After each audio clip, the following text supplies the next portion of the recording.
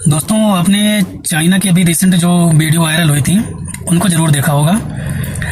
जो बड़े बड़े यूट्यूबर, बड़े बड़े कंटेंट क्रिएटर इसको है ना दिखा रहे थे कि चाइना एक्सपोज हो गया, चाइना ऐसा हो गया, वैसा हो गया, है ना। वहाँ भुखमरी है, बेरोजगारी है, जनता रोडों पर टहल रही है, वो है। तो यहाँ मैं आपको एक चीज़ बताना चाहता हूँ, चाइना का वो मैक्सिमम पार्ट नहीं है जो आपने देखा, ठीक है।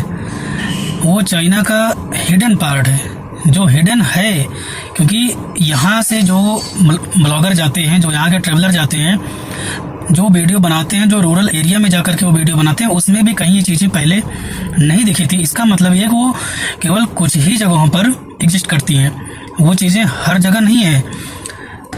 और दूसरी चीज़ ये है कि हमें ये बोलने का नैतिक अधिकार भी नहीं है, क्योंकि हम उस लायक नहीं है, हमारे भी बुरे हालात हैं।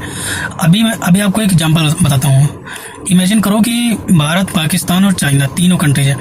अभी हम पाकिस्तान जैसे हमारे लिए है, मतलब जैसे जिस तरह से हमसे पिछड़ा हुआ है, हम उनसे बहुत आगे हैं इंफ्रास्ट्रक्चर में, आईटी सेक्टर में, एजुकेशन में, मेडिकल सेक्टर में, ऑटोमोबाइल्स में। हम पाकिस्तान से बहुत आगे हैं, ठीक है ना। अब कोई पाकिस्तानी, आपने देखा होगा उनके जो फेसबुक पेज होते हैं पाकिस्तानियों के, वो बहुत सारी छोटी छोटी क्लिप निकालते हैं जिसमें पाकिस्तान की कोई चीज़ होती है वो एकदम ग्लोरीफाई रहती है। कोई उनका शहर का कोई पार्ट है जो बहुत अच्छा बना है, और इंडिया का कोई वर्स्ट जगह लेकर के वो कंपैरिजन करके फेसबुक पर डालते हैं। तो हमको कैसा लगता है? हम लोग कहते हैं यार कितने बेगैरत लोग हैं, है ना। मतलब अपना छोटा सा पार्ट दिखा करके हमारे बहुत बड़े पार्ट से तुलना कर रहे हैं, और उनको लग रहा है कि पाकिस्तान भारत से आगे है, और इसी में वो खुश हो रहे हैं।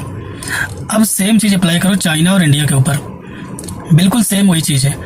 हम $5 ट्रिलियन इकोनॉमी के लिए सपना देख रहे हैं, वो $20 ट्रिलियन की इकोनॉमी लेकर के बैठा है। अमेरिका को आंखें दिखा रहा है, पूरा यूरोप सरेंडर है उसके आगे, है ना। बाकी जो छोटे छोटे देश हैं उनको कर्ज के जाल में फंसा लिया है और लगातार अपने ऊपर काम कर रहा है, ठीक है। और वही भारत की स्थिति आप देख ही रहे हैं। तो चाइना का जो पार्ट आप देख रहे हैं, जिस चीज़ से आप ज़्यादा इन्फ्लुएंस हो गए हैं, वो उनका बहुत छोटा पार्ट है, और हमारा उससे बहुत बड़ा पार्ट है ना। आप ये चाहते हैं कि जो उनका छोटा पार्ट है उसको हम पूरा चाइना मान लें, है ना, और जो हमारा गुड़गांव का एरियल व्यू है, नोएडा का एरियल व्यू है, उसको हम पूरा भारत मान लें। ऐसा तो नहीं हो सकता ना। और उनकी विकास की रफ्तार कहाँ जा रही है, हम कहाँ जा रहे हैं, ये भी तो नहीं है कि हम उनके बराबर विकास की रफ्तार में हैं कि हम आगे भी उनके पीछे उनसे आगे निकल जाएंगे, ऐसा भी तो नहीं है।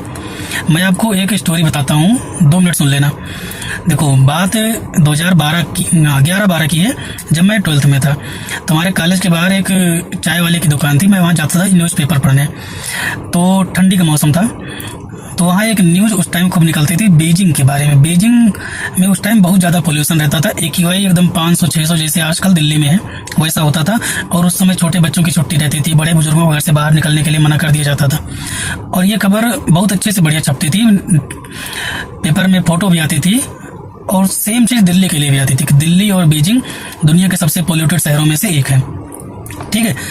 तो मुझे थोड़ा, जैसे इंडियन दिमाग होता है ना, कि मुझे थोड़ा अच्छा लगता था कि यार चलो हम तो बर्बाद हैं, ये बीजिंग भी परेशान है, मतलब चाइना भी कम पोल्यूटेड नहीं है। तो जैसे जो चीज़ अभी हो रही है ना, सेम वैसे मुझे भी थोड़ा डोपामिन रिलीज होता था कि चलो ठीक है, अच्छा हो रहा है। अभी पिछली साल फिर क्या हुआ कि मैंने दिल्ली का पोल्यूशन के बारे में वैसे एक क्लिप देख रहा था, रील सरका रहा था, उसमें आ गया दिल्ली के पोल्यूशन के बारे में। तो अचानक से मेरे दिमाग में हिट कर गई वो पुरानी बात कि यार बीजिंग भी पहले ऐसा था। लाओ एक बार अभी बीजिंग का चेक करते हैं कि बीजिंग अब कितना है, ठीक है। 2025 लास्ट ईयर की बात है, जब मैंने वहाँ का चेक किया, दिल्ली का 600 था, वहाँ का था एग्जैक्ट फिगर नहीं आता, लेकिन 50 से 60 के बीच में था। अब बताओ, 2011 से लेकर 2025 तक वो इतने सालों में वो अपना AQI 600 से लेकर 50 ले आए, और हम जहाँ पहले थे वहाँ आज भी हैं, ठीक है। तो ऐसी चीज़ें हैं, इससे आप अनुमान लगा सकते हैं कि हमारी इकोनॉमी कहाँ जा रही है, हमारा सिस्टम कहाँ जा रहा है, हमारे विकास की रफ्तार कहाँ जा रही है, और उनकी कहाँ जा रही है।